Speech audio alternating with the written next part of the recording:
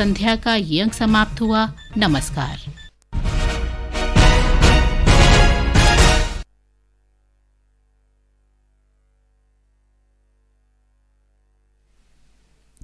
Good evening. This is Akashvani. I am Valsa Williams with the news at 9.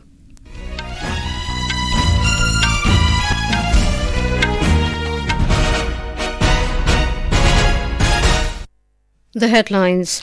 Government tables white paper in Parliament highlighting financial mismanagement and indiscipline during Congress-led UPA rule. Asserts that every challenge of pre-2014 era has been overcome through its economic management. Parliament approves interim budget for 2024-25. Parliament passes two constitution order amendment bills to modify SC and ST lists in Andhra Pradesh and Odisha.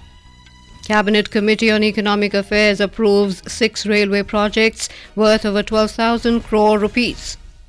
Voting concludes for general elections in Pakistan. And in football, India win SAF Under-19 Women's Championship, beating Bangladesh in final in Dhaka.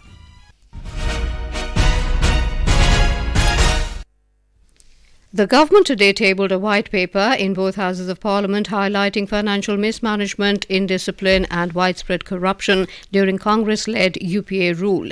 It asserted that every challenge of pre-2014 era has been overcome through its economic management and governance with the right policies, true intentions and appropriate decisions. The white paper tabled by Union Finance Minister Nirmala Sitharaman in both houses stated that these have placed the country on a resolute path of sustained high growth.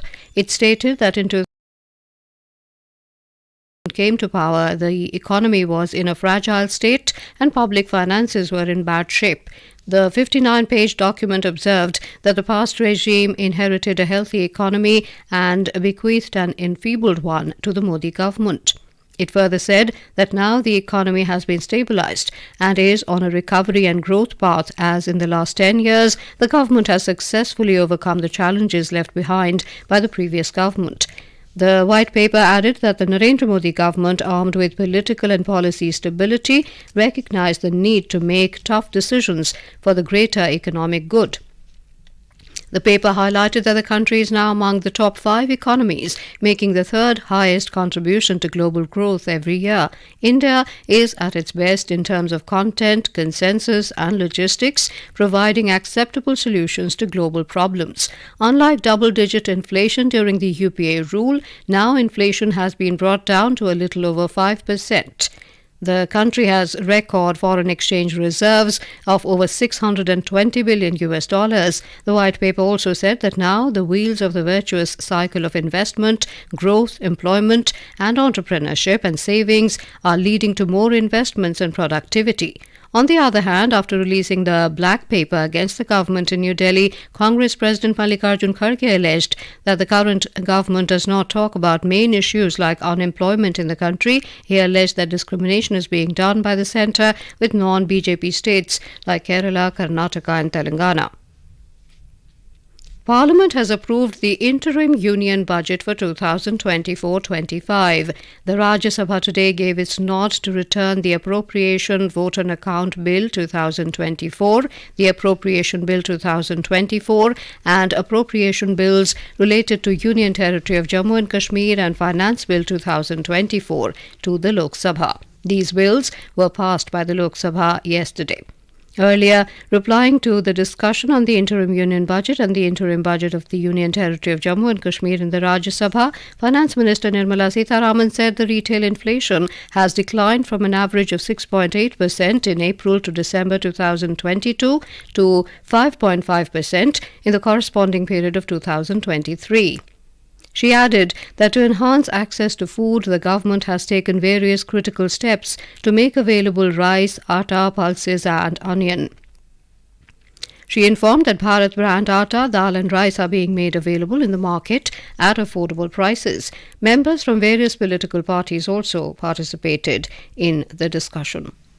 Parliament has passed the Constitution Scheduled Tribes Order Amendment Bill 2024 and the Constitution Scheduled Castes and Scheduled Tribes Orders Amendment Bill 2024, with the Lok Sabha approving it today. The upper house had already cleared it. The Constitution Scheduled Tribes Order Amendment Bill is intended to modify the list of scheduled tribes regarding Andhra Pradesh to include Bondo Porja, Khond Porja and Konda Savaras communities in the list of STs. The Constitution Scheduled Castes and Scheduled Tribes Orders Amendment Bill aims to modify the list of scheduled castes and scheduled tribes in relation to Odisha. Under it, 4 communities of primitive tribes, Pori, Bhuiya, Chuktiya, Bhunjia, Bondo, Mankedia and 46 others who have not been included in the ST list due to phonetic variations or spelling mistakes will be the part of the ST list.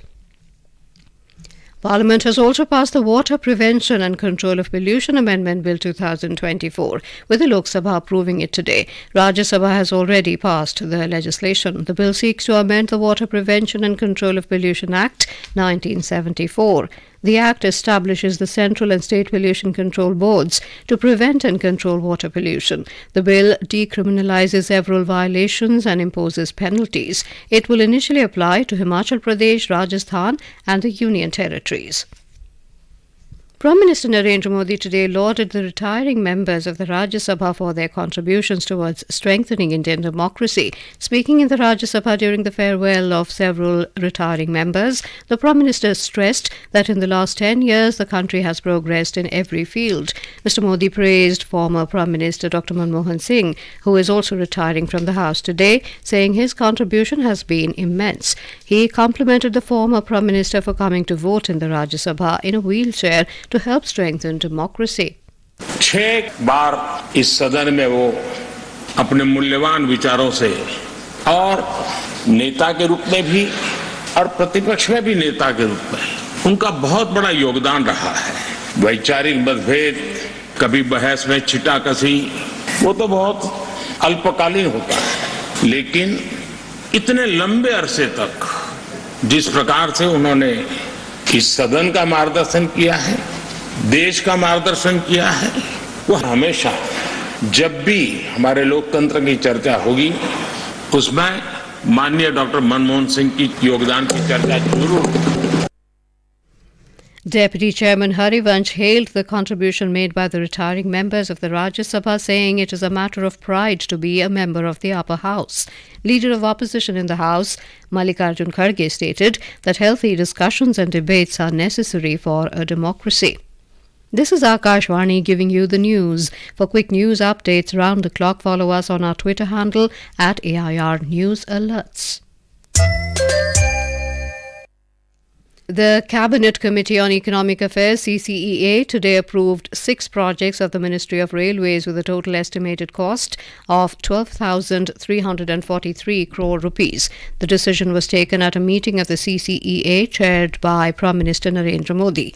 These projects will be 100% funded by the central government. These projects cover 18 districts in 6 states including Rajasthan, Assam, Telangana, Gujarat, Andhra Pradesh and Nagaland. It will increase the existing network of Indian Railways by 1,020 kilometers and provide employment of about 3 crore man-days to the people of the states. The Reserve Bank of India (RBI) kept repo rate unchanged at 6.5% for the 6th time in a row in its bi-monthly monetary policy announced today. RBI Governor Shaktikanta Das announced the decisions taken during the 3-day meeting of the Monetary Policy Committee. Mr. Das said the 6-member panel voted by 5-1 majority to keep the repo rate unchanged in its last meeting of the current financial year. The repo rate is the interest rate at which banks draw funds from the RBI to overcome short-term liquidity mismatches. Mr. Das said the RBI has projected retail inflation based on the Consumer Price Index at 5.4% in the current fiscal. Consumer price headline inflation is projected at 5.4% for the current year, that is 23-24. Now, assuming a normal monsoon for the next year, CPI inflation for the next financial year 24-25 is projected at 4.5%. Mr. Das said the RBI has pegged real GDP growth for the next financial year at 7%. He highlighted that domestic economic activity remains strong and real GDP growth is projected to be 7.3% for the year 2023-24. President Draupadi Murmu today inaugurated the 4-day cultural extravaganza Vividhita Ka Amrit Mahotsav, a cultural odyssey unveiling the richness of Northeast India at Amrit Udyan, Rashtrapati Bhavan in New Delhi. On the occasion, the President said the diverse culture of our country is our strength and soft power. She added that celebrating this diversity at the Mahotsav will showcase and experience India's rich cultural heritage and unity. The Ministry of External Affairs, MEA, has said that the budget allocation for infrastructure and development projects in the Maldives has increased to 770.9 crore rupees. Addressing a press conference in New Delhi today, MEA spokesperson Randhir Jaiswal said India remains an important committed development partner for the Maldives.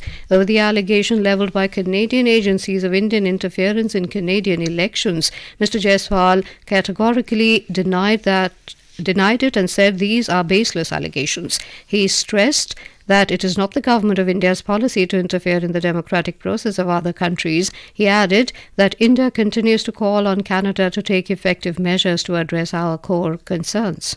We've seen media reports about Canadian Commission inquiring into foreign interference, and there have been some related developments as well. We strongly reject all such baseless allegations of Indian interference in Canadian elections.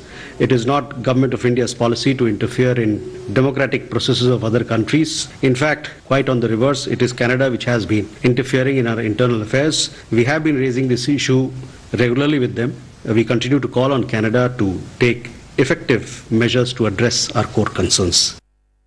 In reply to the query on Indian students' deaths in the US, Mr. Jaiswal said out of these 5 Indian students, 2 are Indian nationals and the rest 3 are of Indian origin. He informed that US nationals who are the culprit behind Vivek Saini's murder have been arrested and the local authorities are investigating the matter. Mr. Jaiswal said the government is in touch with the local authorities in the cases of 2 Indian nationals' death. Fiji's Deputy Prime Minister and Minister for Finance, Professor Biman Prasad, has become the first foreign leader to visit the Ram Temple in Ayodhya today. Deputy Prime Minister Prasad, along with a 6-member delegation, had darshan of Sri Ram Lala today. Later, speaking to the media, Mr. Prasad said the temple of Sri Ram Lala will further strengthen relations between Fiji and India. In Pakistan, counting has begun after voting concluded today for the general elections marred by violence. Despite the heightened security, 9 people, including 2 children, were killed in bomb blasts, grenade attacks and firing incidents. Authorities said victims included 5 policemen killed in a bomb blast and firing on a patrol in the Kulachi area of Dera Ismail Khan district in the northwest. India have won the South Asian Football Federation's SAF Under-19 Women's Championship, beating defending champion Bangladesh in the final of the 4-nation tournament in Dhaka this evening. The winner of the match was decided by a toss after a lengthy penalty shootout.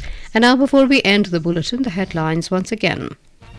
Government tables white paper in Parliament highlighting financial mismanagement and indiscipline during Congress-led UPA rule. Asserts that every challenge of pre-2014 era has been overcome through its economic management. Parliament approves interim budget for 2024-25. Parliament passes 2 constitution order amendment bills to modify SC and ST lists in Andhra Pradesh and Odisha.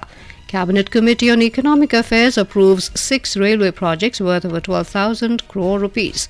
Voting concludes for general elections in Pakistan. And in football, India win SAF Under-19 Women's Championship, beating Bangladesh in final in Dhaka.